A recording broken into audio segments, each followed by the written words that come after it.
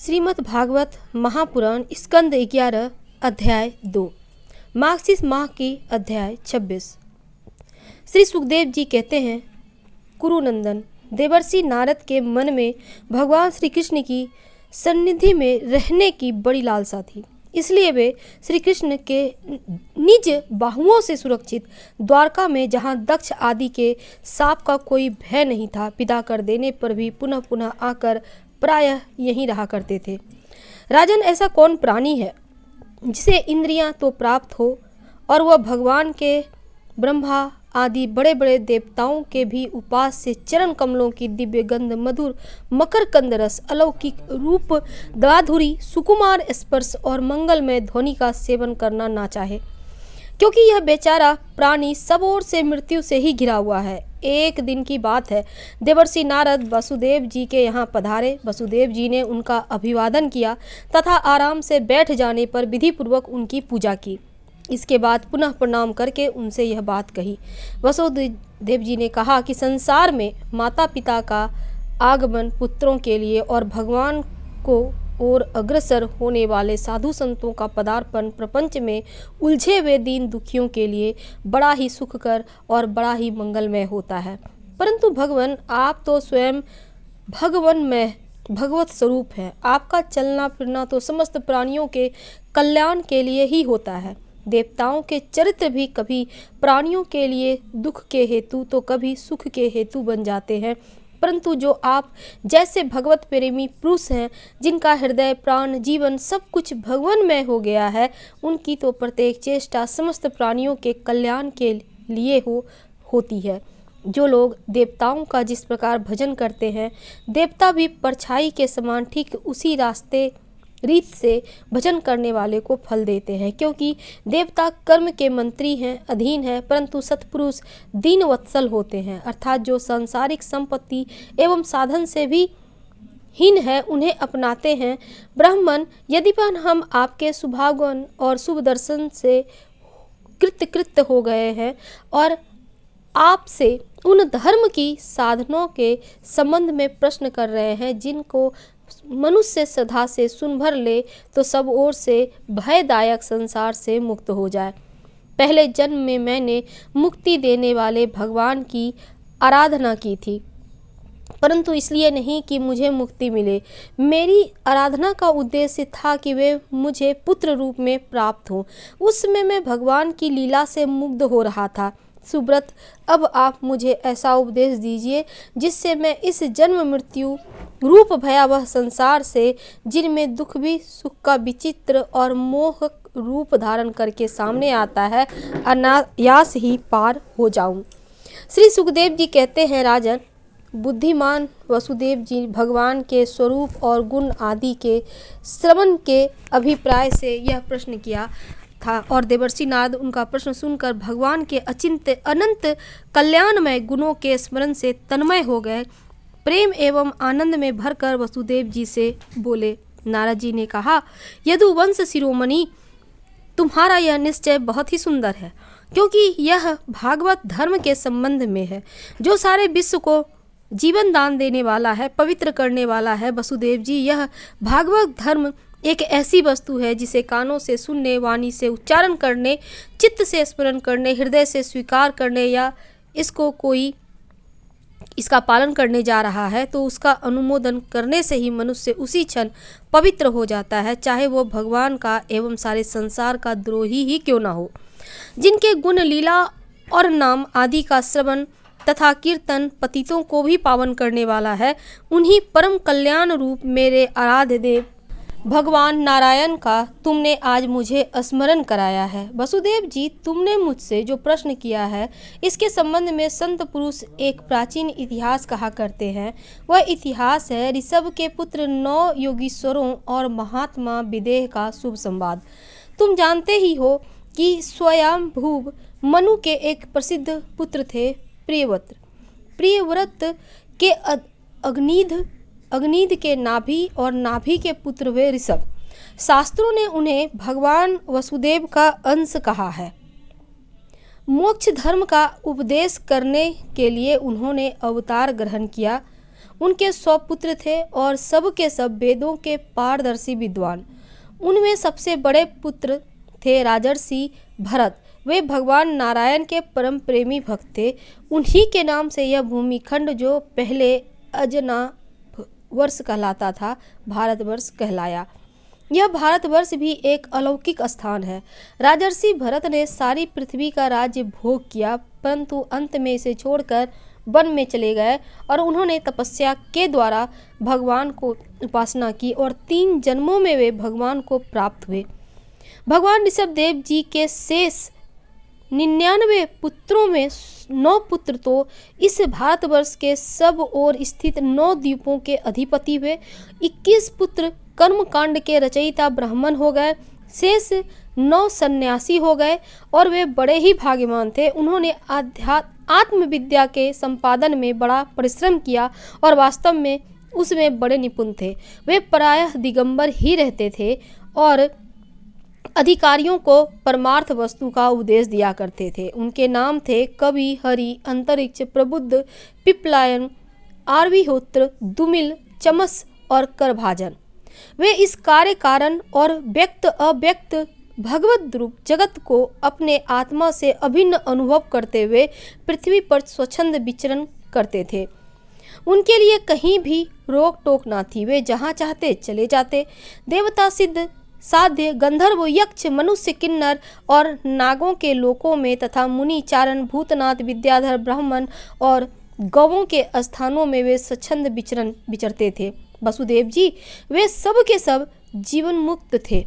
एक बार की बात है, इस अजनाभ वर्ष में विदेह राज महात्मा निमि बड़े बड़े ऋषियों के द्वारा एक महान यज्ञ करा रहे थे। पूर्वोक्त 9 योगीश्वर स्वच्छंद विचरण करते हुए उनके यज्ञ में जा पहुँचे। वसुदेव जी वे योगीश्वर भगवान के परम प्रेमी भक्त और सूर्य के समान तेजस्वी थे। उन्हें देखकर राजा निमि, आवहनी आदि मूर्तिमान अग्नि, ऋत्विज आदि ब्राह्मण सबके सब उनके स्वागत में खड़े हो गए। विदेहराज निमि ने उन्हें भगवान के परम प्रेमी भक्त जानकर यथा योग्य आसनों पर बिठाया और प्रेम तथा आनंद से भरकर विधि पूर्वक उनकी पूजा की। वे 9 योगीश्वर अपने अंगों की कांति से इस प्रकार चमक रहे थे मानो साक्षात ब्रह्मा जी के पुत्र सनक आदि मुनीश्वर ही हों। राजा निमि ने विनय से झुककर परम प्रेम के साथ उनसे प्रश्न किया। विदेहराज निमि ने कहा, भगवान, मैं ऐसा समझता हूँ कि आप लोग मधुसूदन भगवान के पार्षद ही हैं, क्योंकि भगवान के पार्षद संसारी प्राणियों को पवित्र करने के लिए विचरण किया करते हैं। जीवों के लिए मनुष्य शरीर का प्राप्त होना दुर्लभ है। यदि वह प्राप्त भी हो जाए तो प्रति क्षण मृत्यु का भय सिर पर सवार रहता है, क्योंकि यह क्षण भर है। इसलिए अनिश्चित मनुष्य जीवन में भगवान के प्यारे और उनको प्यार करने वाले भक्तजनों का, संतों का दर्शन हो तो और भी दुर्लभ है। इसीलिए त्रिलोक पावन महात्माओं, हम आप लोगों से यह प्रश्न करते हैं कि परम कल्याण का स्वरूप क्या है और उसका साधन क्या है। इस संसार में आधे क्षण का सत्संग भी मनुष्यों के लिए परम निधि है। योगीश्वरों, यदि हम सुनने के अधिकारी हों तो कृपा करके भागवत धर्मों के उपदेश कीजिए, क्योंकि उनसे जन्म आदि विकार से रहित एक रस भगवान श्री कृष्ण प्रसन्न होते हैं और उन धर्मों का पालन करने वाले शरणागत भक्तों को अपने आपात का दान कर डालते हैं, आपत का। और देवर्षि नारद जी ने कहा कि वसुदेव जी, जब राजा निमि ने उन भगवत प्रेमी संतों से यह प्रश्न किया, तब उन लोगों ने बड़े प्रेम से उनका और उनके प्रश्न का सम्मान किया और सदस्य तथा ऋषि जनों के साथ बैठे हुए राजा निमि से बोले कि पहले उन 9 योगीश्वरों में से कवि जी ने कहा, राजन, भक्तजनों के हृदय से कभी दूर ना होने वाले अच्युत भगवान के चरणों की नित्य निरंतर उपासना ही संसार में परम कल्याण, आत्यंतिक क्षेम है तथा सर्वथा भय शून्य है। ऐसा मेरा निश्चित मत है।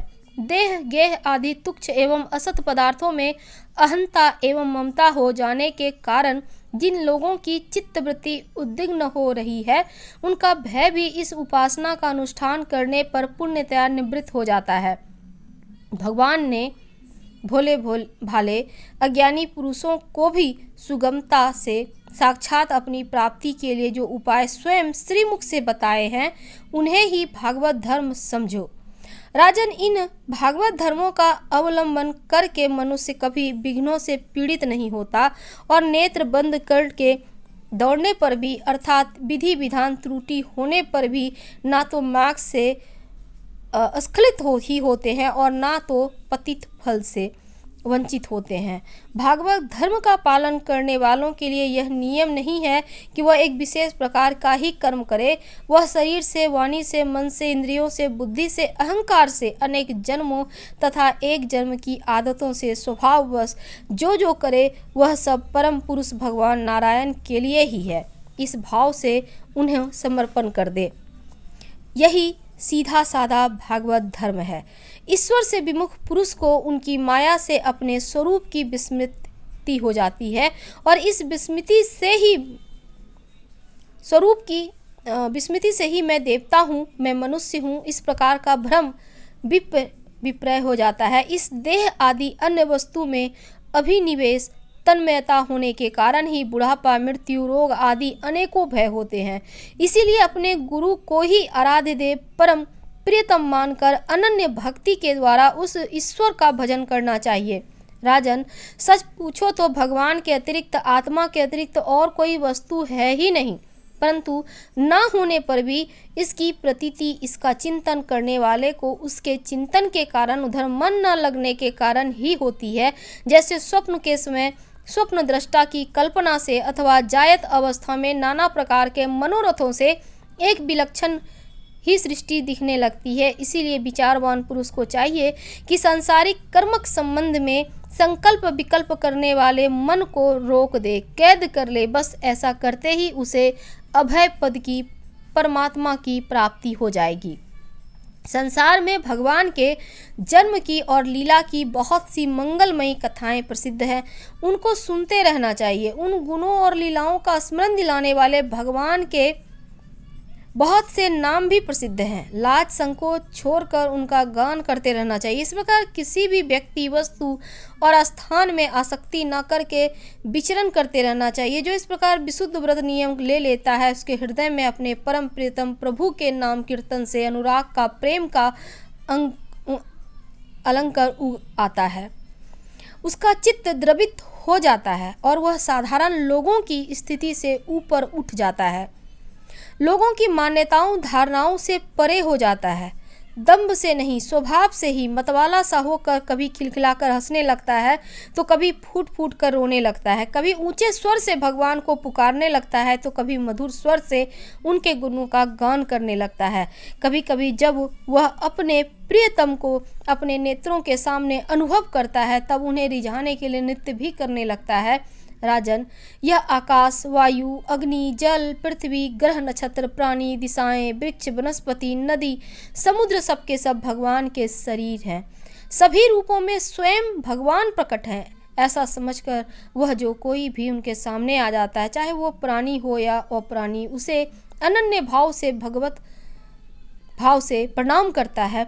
जैसे भोजन करने वाले को प्रत्येक ग्रास के साथ ही तृप्ति का सुख, पुष्टि और क्षुधा निवृत्ति, ये तीनों एक साथ होते जाते हैं, वैसे ही जो मनुष्य भगवान की शरण लेकर उनका भजन करने लगता है, उसे भजन के प्रत्येक क्षण में भगवान के प्रति प्रेम, अपने प्रेम प्रभु के स्वरूप का अनुभव और उनके अतिरिक्त अन्य वस्तुओं में वैराग्य, इन तीनों की एक साथ ही प्राप्ति हो जाती है।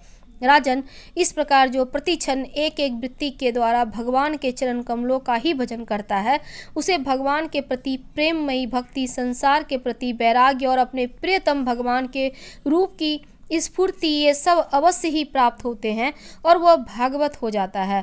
और जब ये सब प्राप्त हो जाते हैं तब वह स्वयं परम शांति का अनुभव करने लगता है। राजा निमि ने पूछा, योगीश्वर, अब आप कृपा करके श्री भगवत भक्त का लक्षण वर्णन कीजिए। उनके क्या धर्म है, कैसा स्वभाव होता है, वह मनुष्यों के साथ व्यवहार करते समय कैसा आचरण करता है, क्या बोलता है, किन लक्षणों के कारण भगवान का प्यारा होता है। अब 9 योगीश्वरों में से दूसरे हरि जी बोले, राजन, आत्मस्वरूप भगवान समस्त प्राणियों में आत्मा रूप से नियंता रूप से स्थित है, जो कहीं भी न्यूनाधिकता न देखकर सर्वत्र परिपूर्ण भगवत सत्ता को ही देखता है, और साथ ही समस्त प्राणी और समस्त पदार्थ आत्मस्वरूप भगवान में अध्यय रूप से अथवा अध्यस्त रूप से स्थित है, अर्थात वास्तव में भगवत स्वरूप ही है। इस प्रकार जिसका अनुभव है, ऐसी जिसकी सिद्ध दृष्टि है, उसे भगवान का परम प्रेमी उत्तम भागवत समझना चाहिए। जो भगवान से प्रेम, उनके भक्तों से मित्रता, दुखी और अज्ञानियों पर कृपा तथा भगवान द्वेष करने वाले की उपेक्षा करता है, वह मध्य कोटि का भागवत है। और जो भगवान के अर्चा, विग्रह, मूर्ति आदि की पूजा तो श्रद्धा से करता है, परंतु भगवान के भक्तों या दूसरे लोगों की विशेष सेवा नहीं करता, वह साधारण श्रेणी का भगवत भक्त है। जो स्रोत, नेत्र आदि इंद्रियों के द्वारा शब्द, रूप आदि विषयों को ग्रहण तो करता है, परंतु अपनी इच्छा के प्रतिकूल विषयों से द्वेष नहीं करता, अनुकूल विषयों के मिलने पर हर्षित नहीं होता, उसकी यह दृष्टि बनी रहती है कि यह सब हमारे भगवान की माया है, वह पुरुष उत्तम भागवत है। संसार के धर्म हैं जन्म, मृत्यु, भूख, प्यास, श्रम, कष्ट, भय, तृष्णा, ये क्रमशः शरीर, प्राण, इंद्रिय, मन, बुद्धि को प्राप्त होते ही रहते हैं। जो पुरुष भगवान की स्मृति में इतना तन्मय रहता है कि इनके बार बार होते जाते रहने पर भी उसमें मोहित नहीं होता, पराभूत नहीं होता, वह उत्तम भागवत है। जिनके मन में विषय भोग की इच्छा, कर्म प्रवृत्ति और उनके बीज वासनाओं का उदय नहीं होता, और जो एकमात्र भगवान वासुदेव में ही निवास करता है, वह उत्तम भगवत भक्त है। जिसका इस शरीर में ना तो सत्कुल में जन्म, तपस्या आदि कर्म से तथा न वर्ण, आश्रम एवं जाति से ही अहम भाव होता है, वह निश्चय ही भगवान का प्यारा है। जो धन, संपत्ति अथवा शरीर आदि में यह अपना है, यह पराया, इस प्रकार भेदभाव नहीं रखता, समस्त पदार्थों में समस्त परमात्मा को देखता है, संभाव रखता है तथा किसी भी घटना अथवा संकल्प से विक्षिप्त न होकर शांत रहता है, वह भगवान का उत्तम भक्त है। राजन, बड़े बड़े देवता, ऋषि मुनि भी अपने अंतःकरण भगवानमय बनाते हुए जिन्हें ढूंढते रहते हैं, भगवान के ऐसे चरण कमलों से आधे क्षण, आधे पल के लिए भी जो नहीं हटता, निरंतर उन चरणों की सन्निधि और सेवा में ही संलग्न रहता है, यहाँ तक कि कोई स्वयं उसे त्रिभुवन की राजलक्ष्मी दे दे तो भी वह भगवत स्मृति का तार नहीं तोड़ता, उस राज्य लक्ष्मी की ओर ध्यान नहीं देता। वही पुरुष वास्तव में भगवत भक्त वैष्णवों में अग्रगण्य है, सबसे श्रेष्ठ है। रास लीला के अवसर पर नित्य गति से भांति भांति के पाद विन्यास करने वाले निखिल सौंदर्य माधुर्य निधि भगवान के चरण कमलों के अलंगी नस की मणि चंद्रिका से जिन शरणागत भक्तों के हृदय का विरह जन्य संताप एक बार दूर हो चुका है, उनके हृदय में वह फिर कैसे आ सकता। जैसे चंद्रोदय होने पर सूर्य का ताप नहीं लग सकता, विवशता से नामोच्चारण करने पर भी संपूर्ण अधराशि को नष्ट कर देने वाला स्वयं भगवान श्री हरि, जिसके हृदय को क्षण भर के लिए भी नहीं छोड़ते हैं, क्योंकि उसने प्रेम की रस्सी से उनके चरण कमलों को बांध रखा है। वास्तव में ऐसा पुरुष ही भगवान के भक्ति में प्रधान है, भक्तों में प्रधान है। श्रीमद् भागवत महापुराण स्कंद 11 अध्याय 2 समाप्त हुआ। अगले अध्याय में हम आपसे कल मिलेंगे। हर हर महादेव। धन्यवाद।